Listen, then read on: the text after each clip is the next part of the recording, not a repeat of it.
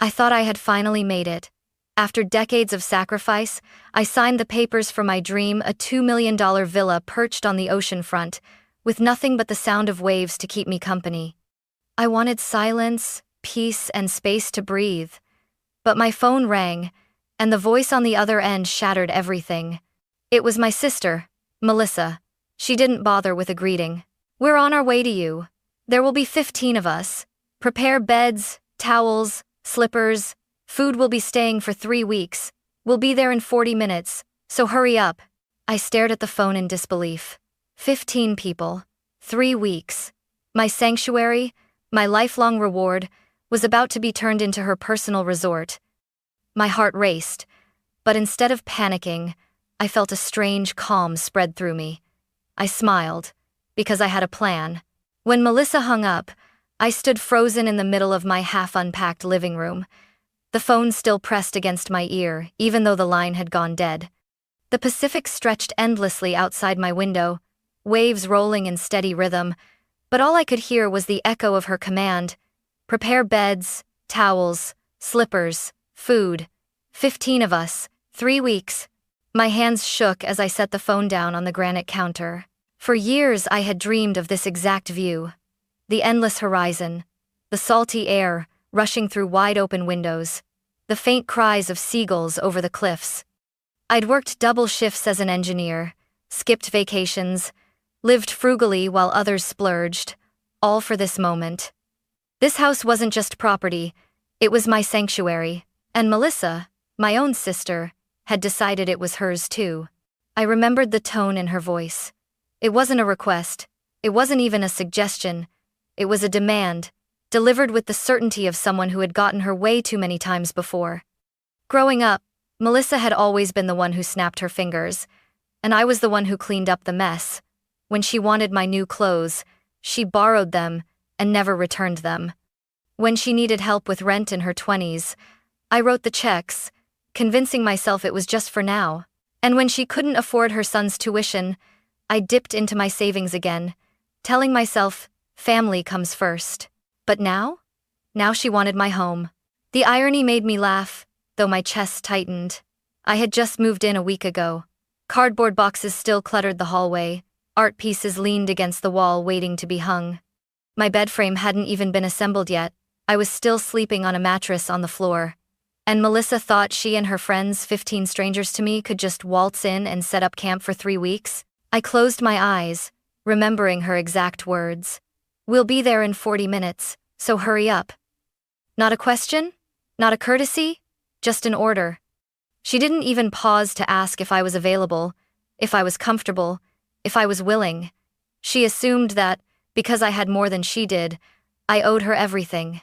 And maybe in the past, I would have caved. Maybe the old me, the one who hated confrontation, the one who believed keeping peace was more important than speaking truth, would have scrambled to make beds, to stock the fridge, to make Melissa happy. But as I stood in that villa, my villa, with the ocean air cooling my flushed skin, something shifted. I wasn't the same Rebecca she'd bossed around as a teenager.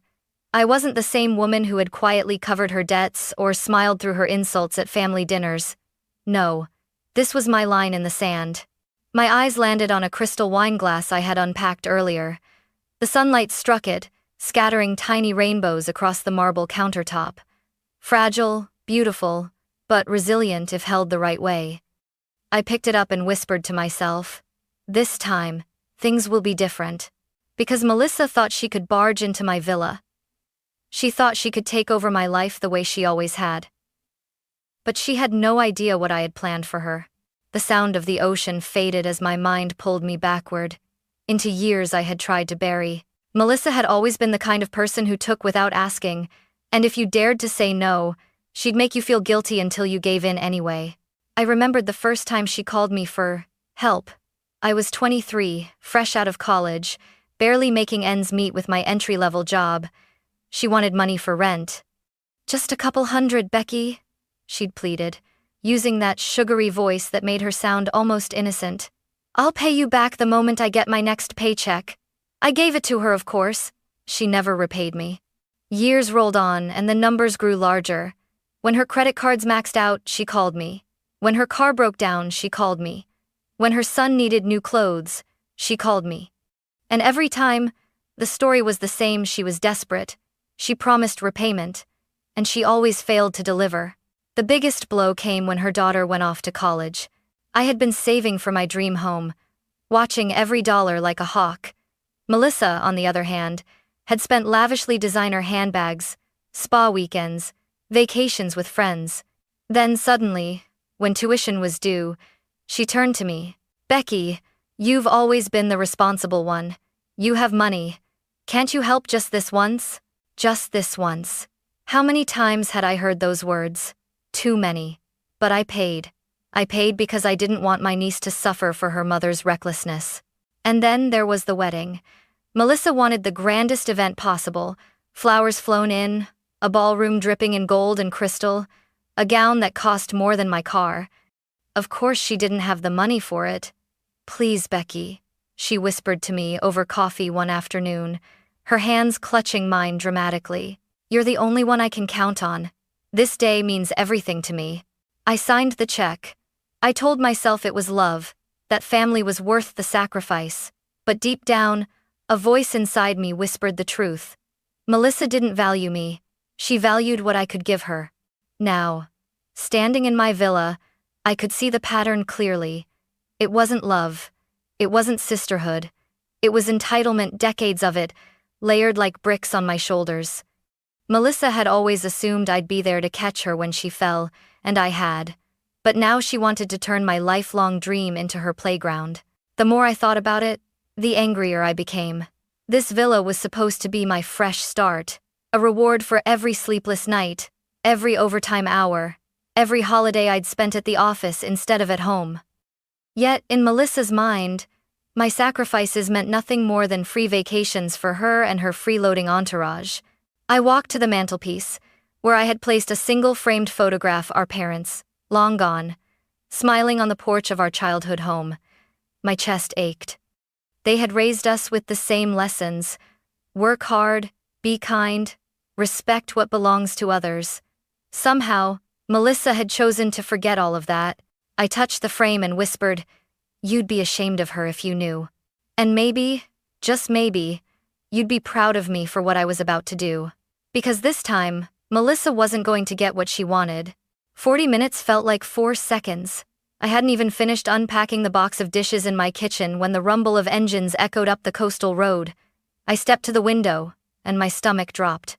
5 cars. A convoy.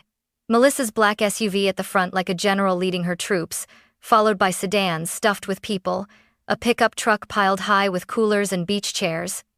Dust rose from the driveway as they pulled in, tires crunching over the stones like an army advancing into conquered territory.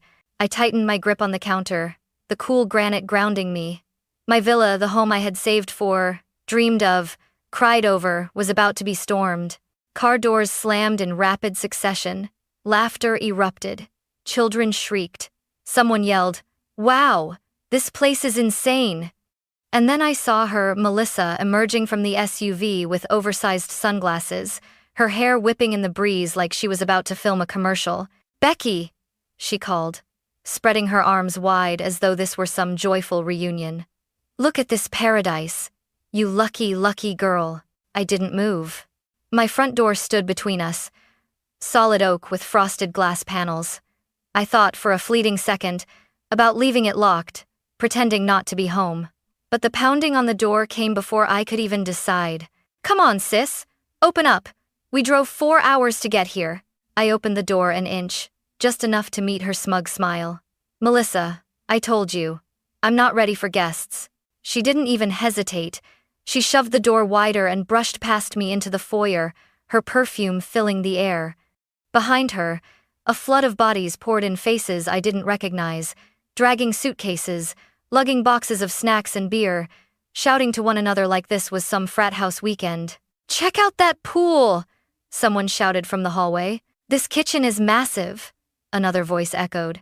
A young woman I'd never met slipped off her sandals and padded across my imported marble, leaving damp footprints from the beach. "Stop," I said, my voice trembling more with fury than fear. "You can't just walk in like this." But they didn't even hear me, or worse, they didn't care. Melissa twirled in the center of the foyer, spreading her arms wide. Isn't this perfect, everyone? Just like I told you, my sister always knew how to live large. My sister. She said it like a title that granted her automatic ownership, like being related to me was a lifetime pass to every dream I had ever worked for.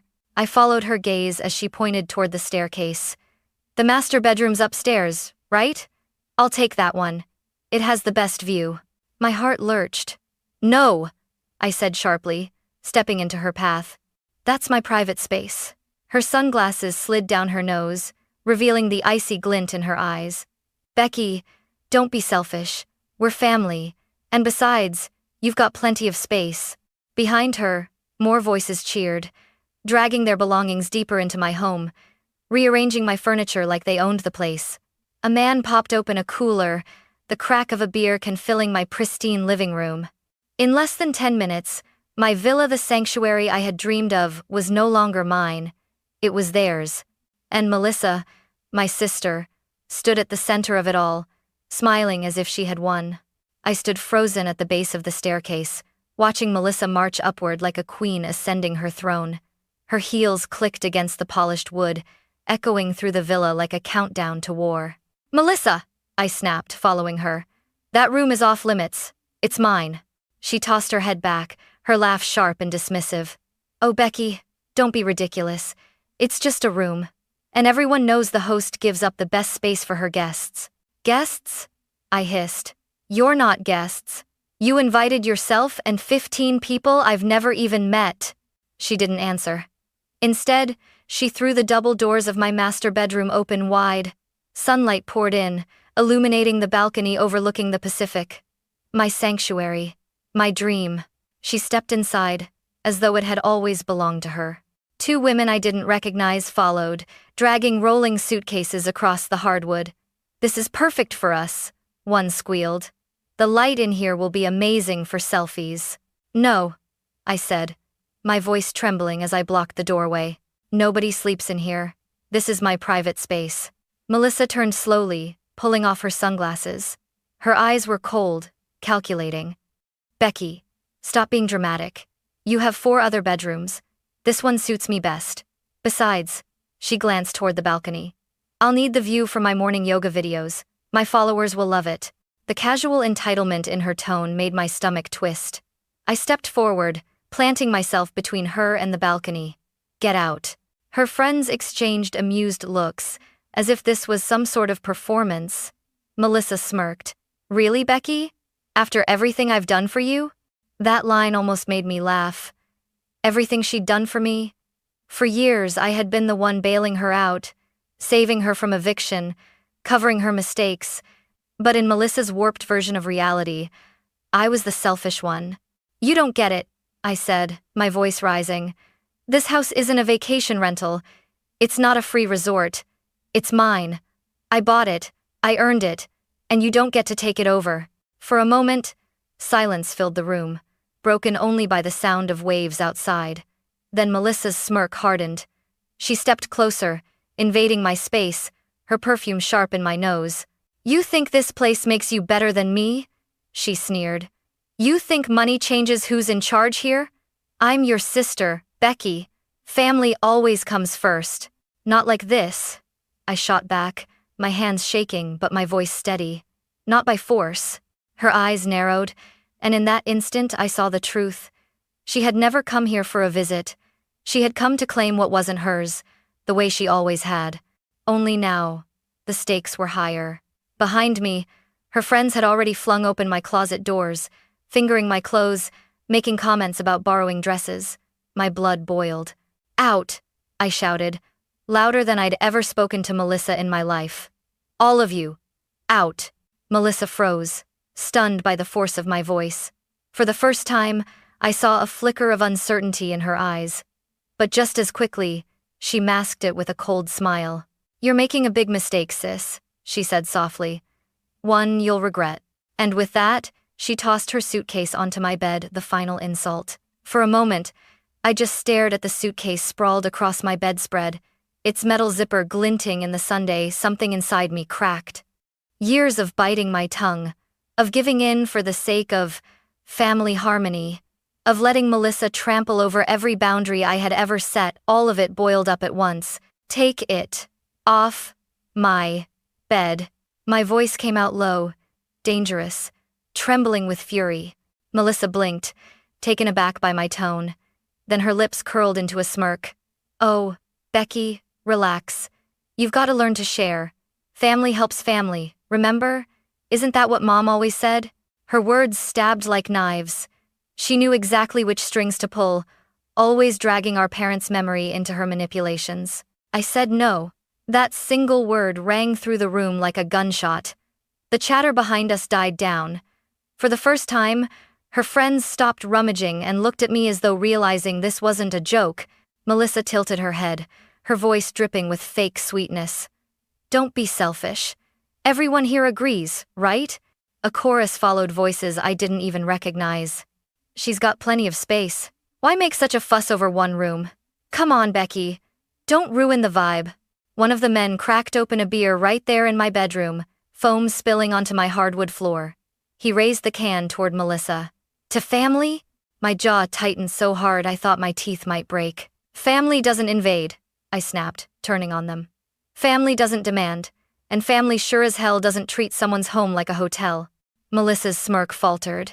You're being dramatic, she muttered, her confidence wavering for a split second. But then she stepped closer, lowering her voice so only I could hear. What are you going to do, Becky? Throw us all out? You don't have the guts. Her words were gasoline on a fire I'd been holding back for years. I felt my hands tremble, not from fear, but from the rage of decades finally finding its voice. Yes, I said, louder this time, so the whole room heard. That's exactly what I'm going to do. Gasps rippled through the group. Melissa's eyes widened, then narrowed. You wouldn't dare. I took a step forward, squaring my shoulders, my pulse pounding in my ears. Watch me. For the first time in my life, I wasn't shrinking back. I wasn't the quiet younger sister cleaning up the mess. I was the homeowner, the woman who had built a life through sweat and sacrifice, and this was my line in the sand. Melissa scoffed, but there was a flicker of unease in her expression. You'll regret this, sis. Everyone will see what kind of person you really are. Good, I shot back, because I'm done letting you define me. This house is mine, and you're not welcome here. End quote. The silence that followed was heavy, broken only by the muffled crash of waves outside. For once, Melissa had no snappy comeback, and for once I didn't back down. The room felt like it was closing in on me. 15 people in my house, voices rising, laughter echoing in my sanctuary as if I were invisible. My pulse thudded in my ears. I had tried reason. I had tried standing firm. But Melissa wasn't listening, she never had. I took a slow breath, forcing my shaking hands to stay steady. Then I turned and walked out of the master bedroom. Behind me, I heard scoffs, mocking laughter, Melissa's voice dripping with disdain. She's bluffing. She won't do anything. But she was wrong. I strode down the hall into my study and shut the heavy oak door with a sharp click. The lock turned under my fingers, and for the first time since they arrived, I felt the faintest sense of control. I leaned against the desk, breathing hard, staring at the phone in my hand. My thumb hovered over the screen. Could I really do this? Call the police on my own sister? On people who were technically family? A crash from the living room made my decision for me. The sound of glass shattering, followed by laughter, rolled through the house. My sanctuary was under siege. I dialed. 911. What's your emergency? My voice trembled, but it carried a strength I hadn't heard in myself before. There are people in my home who refuse to leave. About 15 of them. They forced their way in. I need help. The operator's tone was calm, professional. Ma'am, are you in immediate physical danger? Not yet, I whispered, glancing at the door as shadows passed under the crack. But they won't leave. I told them multiple times. They're ignoring me. Can you confirm this is your residence? Yes, I said firmly. I purchased the property last month. I have the deed here. My name is Rebecca Collins. Officers are being dispatched to your location. Stay in a secure room until they arrive. Estimated arrival time is 15 minutes. 15 minutes. I could survive that. A loud knock rattled the study door. Becky! Melissa's voice sang out, falsely cheerful. Come on, don't be like this. We're family. Let's talk like adults. Another voice, male and mocking, chimed in. She's calling the cops, isn't she? Total drama queen. My stomach twisted, but I stayed silent. Then Melissa's tone shifted, sharp as broken glass. If you do this, Becky, you'll regret it. You'll lose me. You'll lose all of us. And you'll be alone in this big empty house. Her words pressed on old wounds, the fear of loneliness that had haunted me for years. But instead of breaking me, they hardened me. I looked at the framed photo on my desk, our parents smiling, a reminder of values Melissa had long abandoned. I gripped the phone tighter and whispered to myself, better alone than exploited. Outside the door, the voices grew frantic. They knew the police were coming. I could hear Melissa hissing to her friends, panic slipping into her tone. Don't worry, she won't go through with it. She never does. But this time, she was wrong. The minutes dragged like hours. My eyes flicked constantly to the clock on my desk, each second stretching longer than the last. Outside my study door, the whispers had turned into arguments. Some of Melissa's friends wanted to leave. Others insisted on waiting me out. Melissa's voice, sharp and domineering, cut through them all. She won't do it. She's just being dramatic. Give her a few minutes. She'll open the door and apologize. Then, finally, the sound I'd been waiting for. Sirens. Faint at first, then louder, cutting through the ocean breeze like a blade. My heart leapt into my throat. Relief surged through me, tempered with a flicker of dread because I knew the confrontation wasn't over. Heavy pounding shook the front door. This time, it wasn't Melissa or her entourage. This knock carried authority. Police! Open up! The house erupted into chaos. Footsteps scrambled across my marble floors, voices overlapping in panic. I unlocked my study door and stepped into the hallway, my phone still clutched in my hand like a lifeline. Melissa was at the foyer, plastering on her sweetest smile as she pulled the door open. Officers, thank goodness you're here, she cooed, her tone dripping with false innocence. My sister's having a bit of an episode. We were just trying to spend some time together, and she… Ma'am. The officer's voice cut her off, firm and unimpressed. Two of them stepped inside, a tall man with graying temples, and a younger woman with sharp, watchful eyes. Are you the homeowner who made the call? I stepped forward, my knees trembling but my voice steady. Yes, Rebecca Collins. This is my property. They entered without permission and refused to leave when I asked. The older officer nodded. Do you have proof of ownership? I opened the folder I'd prepared and handed over the deed. My fingers no longer shook. They felt steady for the first time all day. Melissa laughed lightly, trying to wave it off. This is a family matter, officers. She's just overreacting. We drove hours to get here, and she invited us. I never invited you, I snapped, my voice ringing louder than I expected. You demanded. You barged in. You've destroyed my home. The younger officer scanned the room. Her eyes lingered on the half-empty beer cans, the piles of luggage, the muddy footprints streaking across my pristine floor.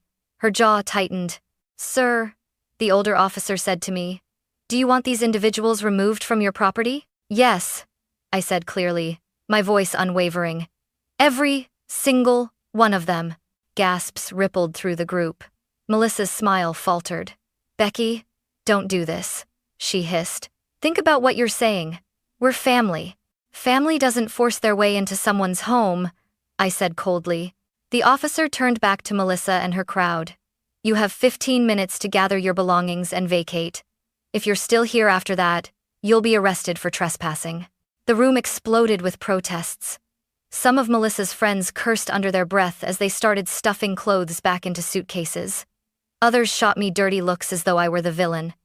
Melissa herself stood frozen, her fists clenched, her face a mask of fury barely concealed beneath a trembling smile. You'll regret this, she whispered, leaning close as she dragged her suitcase toward the door. You think you've won, but this isn't over. I didn't flinch.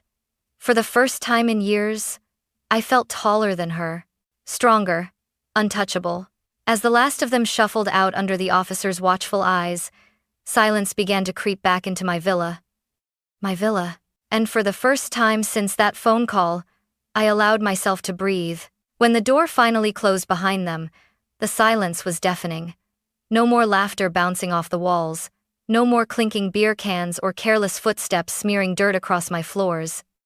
Just the steady rhythm of waves outside and the faint hum of the air conditioner. I leaned against the foyer wall, exhaling so deeply it felt like the first real breath I'd taken all day. My hands were still trembling, not from fear this time, but from release. The police had done their job. Melissa and her entourage were gone. I walked through the villa slowly, almost like an investigator surveying a crime scene. Beer bottles on the counter, towels abandoned on the floor, fingerprints smudging the glass doors to the balcony. In my bedroom, my bedspread was wrinkled from the suitcase Melissa had so boldly thrown there. A pair of shoes I didn't recognize sat carelessly by the window. I picked them up and tossed them outside. As I straightened the blankets on my bed, I caught sight of the ocean through the balcony doors. The sun was dipping lower, painting the water in shades of orange and pink. For a moment, I just stood there, my chest rising and falling, with something between exhaustion and relief. They were gone. Melissa's voice still echoed in my head, though. "You'll regret this. You'll lose us. You'll be alone in this big empty house." The words twisted in my chest, pressing on old wounds. But then another thought followed, clear and steady. I'd rather be alone than used. I poured myself a glass of wine and carried it to the balcony. The salty breeze brushed my skin, cool and soothing. I sank into a chair, finally letting the weight slip from my shoulders. For years, I had been the sister who said yes, the one who sacrificed, the one who swallowed anger for the sake of peace. Today, for the first time, I had said no, and I hadn't crumbled. My phone buzzed on the table beside me. Dozens of missed calls and texts from Melissa lit up the screen. I didn't bother opening them. Instead, I turned the phone over, face down. Tonight wasn't about her. Tonight was about me. I raised my glass toward the ocean, the horizon glowing gold as if the universe itself was toasting with me. To peace, I thought. To freedom. To finally drawing the line. Melissa would rage. She would twist the story, call me selfish, maybe even try to turn the rest of the family against me. I knew that. But I also knew something else. I had proof, I had the law on my side, and most importantly, I had finally reclaimed my voice. This villa wasn't just a house, it was a symbol. A reminder that I had earned my place, my peace, my boundaries. And no one, sister or not, was ever going to take that away from me again. As the last rays of sun slipped beneath the horizon, I felt something I hadn't in years: hope.